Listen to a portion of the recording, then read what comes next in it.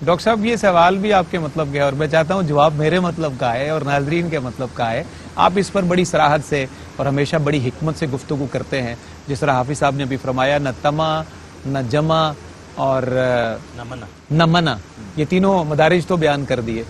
حالات اتنے بعض اوقات ہمیں پیتھیٹک نظر آتے ہیں کہ جو درد دل رکھنے والے بندے ہیں وہ تو بیچارے اس پر گفتگو کرتے ہوئے بھی ڈرتے بھی ہیں، شرماتے بھی ہیں اور عجیب محسوس کرتے ہیں.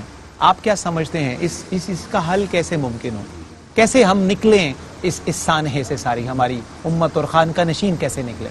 یہ بلا شبہ اہم سوال ہے اور اس کی ضرورت بھی ہے. دیکھیں، نبی رحمت صلی اللہ علیہ وسلم کی مبارک ذات ہمارے لیے اسوہ حسنہ ہے، اسوہ کاملہ ہے، ساری قیامت تک کے لیے اس میں سبق موجود ہے.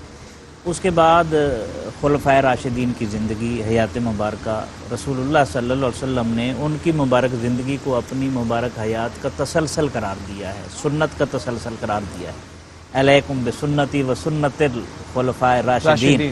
ٹھیک ہے، اگر ہم دیکھیں اس سارے منظر نامے میں انہوں نے جو کیا ہے اس سے ہمیں اندازہ ہوتا ہے اور وہی تصوف کی بیس ہے.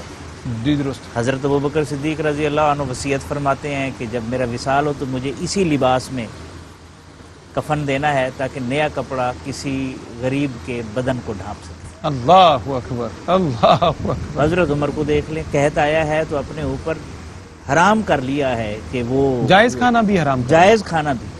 اللہ اکبر. یہ کیفیات ہیں، ان کیفیات سے ہمیں اس پر نظر بھی کرنی ہوگی اور آگے بھی بڑھنا ہوگا. پھر موجودہ حالات میں اس لیے اس طرف لے کر گیا تھا. دیکھیں اصحاب صفہ ہیں، ان کی پریکٹس ہوئی نا.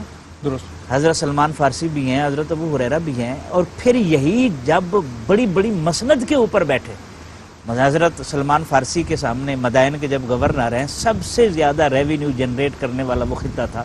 اللہ اکبر. جہاں سے مال آتا تھا، ٹیکس آتا تھا، سارے خراج آتے تھے. لیکن آپ کے سامنے ایران سے وفد آیا، کھانا کھا رہے ہیں، ایک لقمہ نیچے ہاتھوں سے سلپ ہو گیا، گر گیا. آپ اس کو اٹھانے کے لیے جھکے.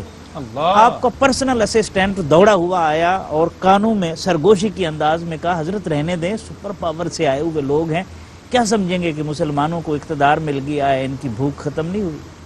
اللہ اکبر. حضرت سلمان فارسی نے کیا فرمایا؟ سبحان اللہ. آپ نے فرمایا کہ میں اترک سنت حبیبی لہؤلاء الحمقاء، میں دنیا کے ان بے وقوفوں کے لیے اپنے آقا کی سنت کو چھوڑ دوں. اللہ اکبر. اللہ. اعتماد تھا، یعنی عام مسلمانہ کے میری کردان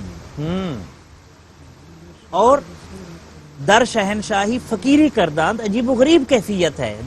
در فقیری شہنشاہی کرداند کے تھے درویش، لیکن ان کا تصرف جو ہے وہ لوگوں کے دلوں کے اوپر چلتا تھا.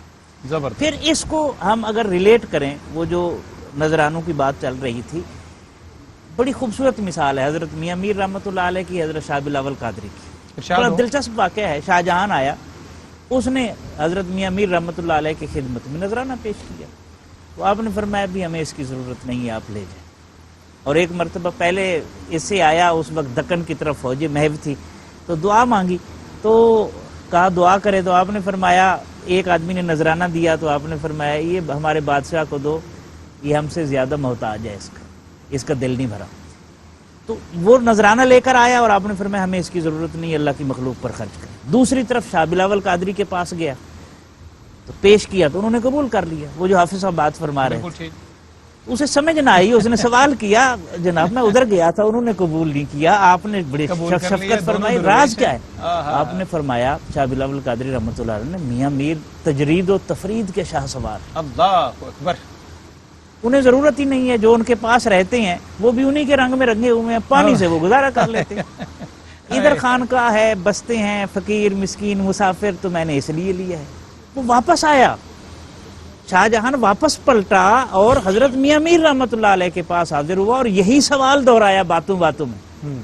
تو آپ نے فرمایا دیکھیں میری مثال ایک چھوٹے سے تالاب کی طرح ہے، اور چھوٹے سے تالاب میں اگر گندگی آ جائے، غلاظت آ جائے تو وہ ناپاک ہو جاتا ہے. اللہ. اور دنیا تو غلاظت ہے، اور شاہ بلاول قادری وہ تو بہتا ہوا دریا ہے. ہائے ہائے. بہتے ہوئے دریا میں خس و خاشاک ہے یا غلاظت ہے، کوئی فرق نہیں پڑتا.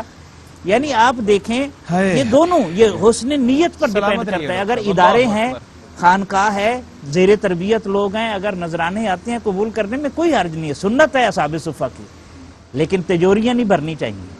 لیکن جہاں دوسری تربیت ہے تو وہاں یہ چیزیں قبول کرنے ان کی مقاصد پر صرف ہو جانا، یہ صرف ہونی چاہیے۔ اللہ اکبر، اللہ اکبر۔